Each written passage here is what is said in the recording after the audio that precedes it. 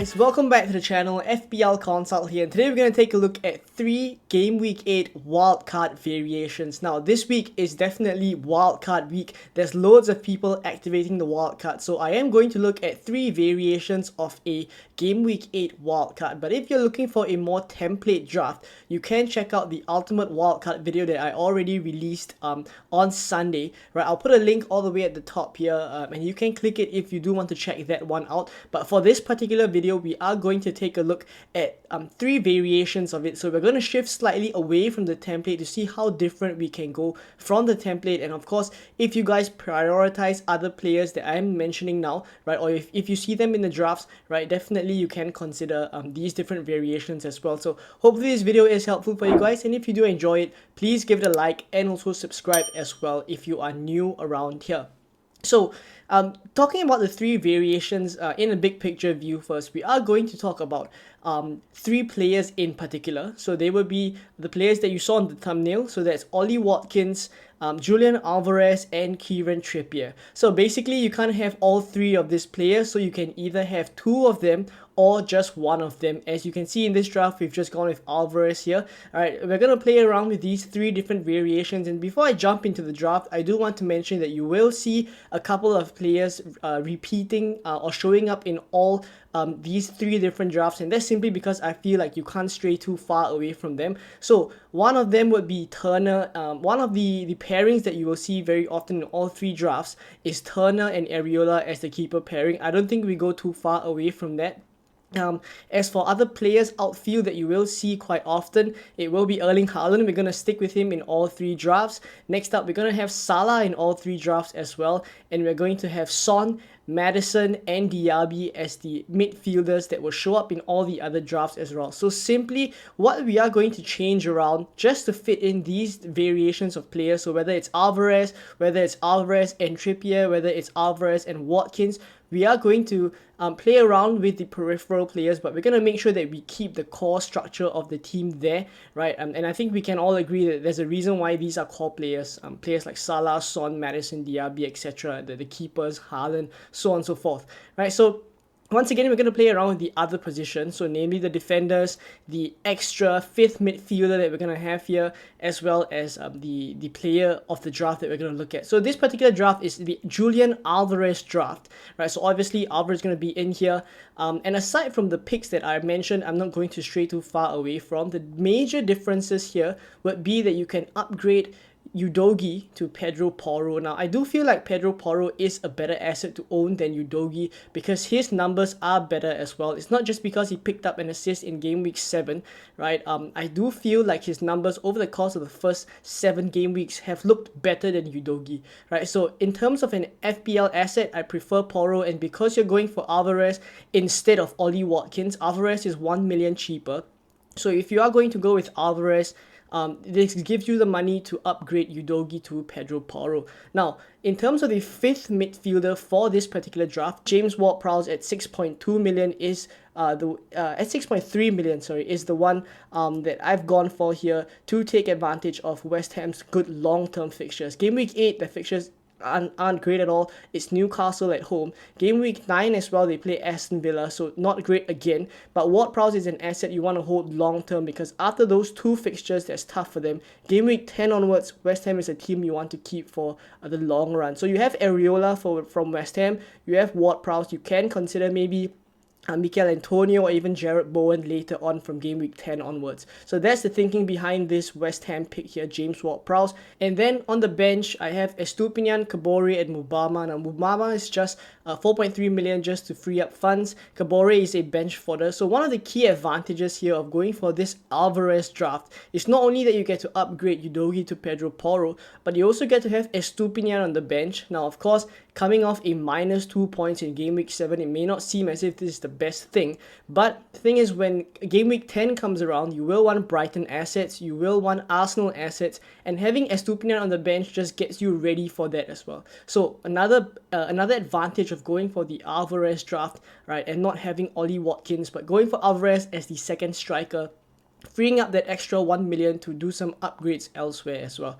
So I do like this draft. It's a 3-5-2 formation with only Alvarez, so no Watkins and no Kieran Trippier. Those would be the major sacrifices there, but I think it looks really good, right? And do let me know if this is a draft that you are considering. But let's take a look at the next draft. So next up, we are going to take a look now at a draft with Kieran Trippier. Now, of course, if you want to fit him in, it happens as well that you will probably have Julian Alvarez as the second striker spot as well. So I will call this the Kieran Trippier and Alvarez draft. So that's the second variation that we're going to talk about now. Once again, we haven't strayed too far from keeper pairing. Haaland is still here. The four midfielders stay the same.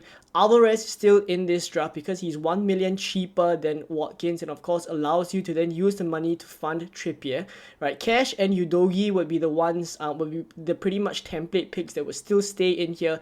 Kieran Trippier, obviously the main advantage of this particular draft, and I do feel like he's definitely a better asset to own than Dan Burn, right? It's just that he's so much more expensive at 6.7 million. So of course, if you do feel like Kieran Trippier is a player that you want to prioritize, then this draft structure is probably what you are looking at.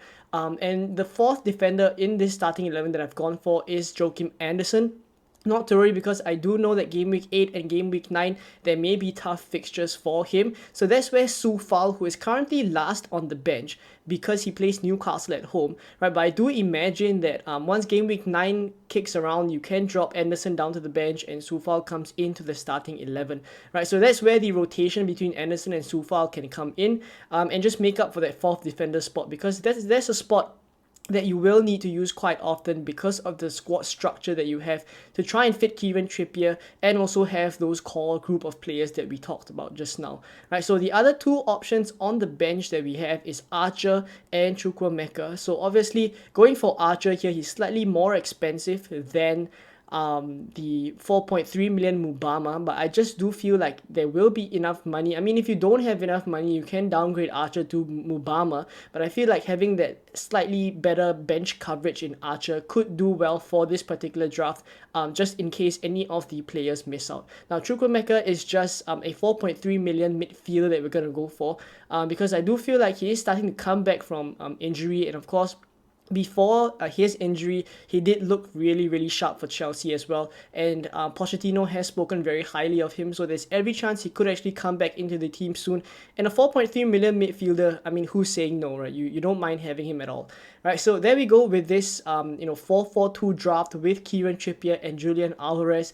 Are you going for Kieran Trippier? Let me know down in the comments below. And if that's the case, are you going for a 4-4-2 formation? Is this how your draft looks like? Or are there any other variations that you're looking at? Do let me know down in the comments below. And that's it for this draft. Let's take a look now at the last draft, which will include Alvarez and Ollie Watkins. So this is the third variation of a Game Week 8 wildcard, and this one includes Julian Alvarez and Ollie Watkins in the draft. It is a 3-4-3 formation, because if you're going to go with both Alvarez and Watkins, that obviously means that we add Haaland into the mix. It's a front three, so generally it's a 3-4-3 formation that we would go for. So once again, we're not straying too far. Turner and Areola still the same. The four midfield picks still the same. We still have Haaland. The benefits of this draft, of course, is that you don't really have to choose between Alvarez and Watkins. You get both of them. If you feel like Alvarez will continue to take along, whether or not he plays tough oppositions, in Man City's upcoming tough run of fixtures, you feel like at 7 million, he's just an asset that you want to hold. Fair enough, there's every reason for you to do that. Ollie Watkins, you still want to take advantage of his good fixtures and form as well. So you have both of them in this draft. And the back three still stays the same. Dan Burn, Udogie, and Matty Cash. Right? These are the template back three that we would see in a lot of those drafts for Game Week 8. But where is the compromise for this particular draft? So obviously you don't have Kieran Trippier. If you're fine to compromise with him and go for Dan Burn instead, then the compromise in large is actually on the bench here, because if you take a look, aside from Areola, who's probably going to be the first choice keeper for the team come Game Week 9 onwards, you have a very thin bench. So it's Lascelles, Choupo-Meka, and of course Kabore as well. So realistically speaking, Lascelles would probably only be of use in the next couple of game weeks, maybe game week 9 and potentially game week 10. I mean, once Botman comes back, Lascelles would probably drop back down to the bench, and so he won't be starting quite often, right? So Lascelles is not a long-term pick that you can have on the bench and rely on. Next up, there's Choupo-Meka as well. Even though I did say that at 4.3 he's a really good option if he gets to start regularly, you will need him to come back very quickly if you are going with this draft, because of course Choupo-Meka currently is still not back to full fitness yet, and if you really do need him, right, you can't really sub him in for anyone in this particular draft because your bench is just so thin, right? You don't really want to be starting Choupo-Meka at this point. And then of course last on the bench is potentially your only player that you can continue to start if you really have to, and that's Kabore from Luton Town. Also not great because Luton haven't even kept a clean sheet the whole season, right? So there we go. If you do want to go for this particular draft, you are pretty much loading all your eggs into your starting 11, but I do agree that the starting 11 looks really strong, right? The only compromise I see that you're making here is actually only Kieran Trippier. Everyone else you are actually covering with this particular draft, so it looks really good.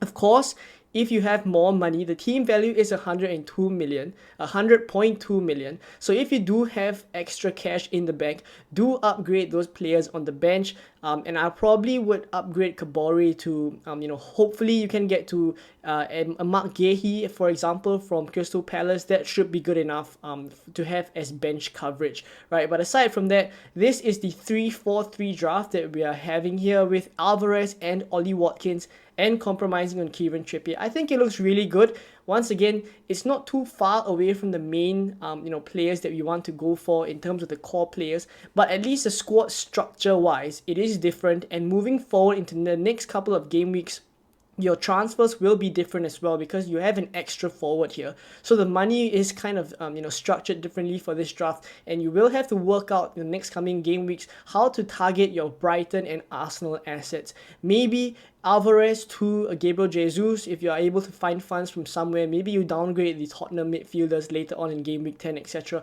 You will have to work out a transfer plan for this particular draft, but I do agree the starting 11 looks really strong. The bench is just slightly too thin for me, so I doubt I would be going with this particular draft. But let me know if this draft is something that you're looking at and something that you probably will go with, a 3-4-3 formation. Let me know down in the comments below, and of course, at the end of this video now, I do want to know which of these drafts you are likely to go for, or would you be going for the template in the Ultimate Wildcard video that I just put out a couple of days ago.